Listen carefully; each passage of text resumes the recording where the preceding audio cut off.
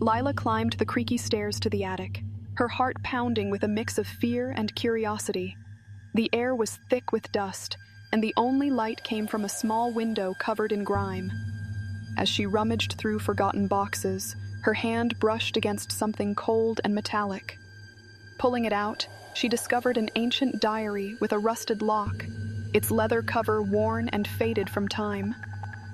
Lila sat on her bed, a flickering candle casting shadows across the room. With trembling fingers, she opened the diary, the pages brittle and yellowed. The words seemed to leap off the page, telling the story of a malevolent spirit that haunted the nearby woods. Could this be true? She murmured to herself, her eyes wide with disbelief. The entries described strange occurrences, eerie whispers in the night, and a chilling presence that crept closer with each passing day.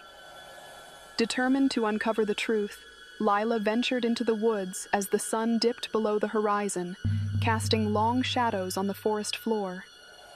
The air was thick with fog, and every rustle of leaves made her jump. She could feel an unseen presence watching her, and a shiver ran down her spine. Who's there?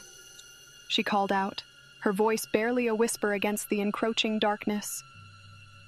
That night, Lila tossed and turned in her bed, her dreams plagued by the spirit's haunting visage. She awoke with a start, the room eerily silent except for the sound of her own breathing. The diary lay open on the floor, its pages fluttering as if caught in an invisible breeze. I need to find out how to stop this, she resolved, fear giving way to determination.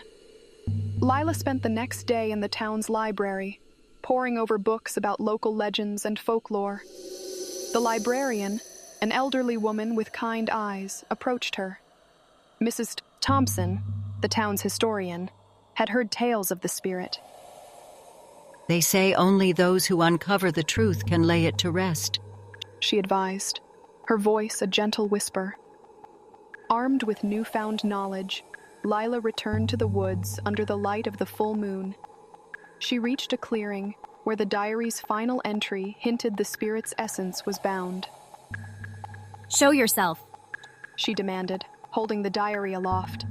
The air shimmered, and a ghostly figure emerged, eyes filled with sorrow rather than malice. Lila understood then. The spirit sought peace, not vengeance.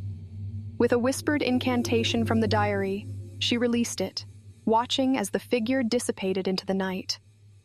The following morning, the town awoke to a sense of calm. The fog had lifted, and the woods no longer felt foreboding. Lila stood at the edge of the forest, a newfound serenity in her heart. She had uncovered the truth, and in doing so, freed both the spirit and herself from the haunting shadows of the past.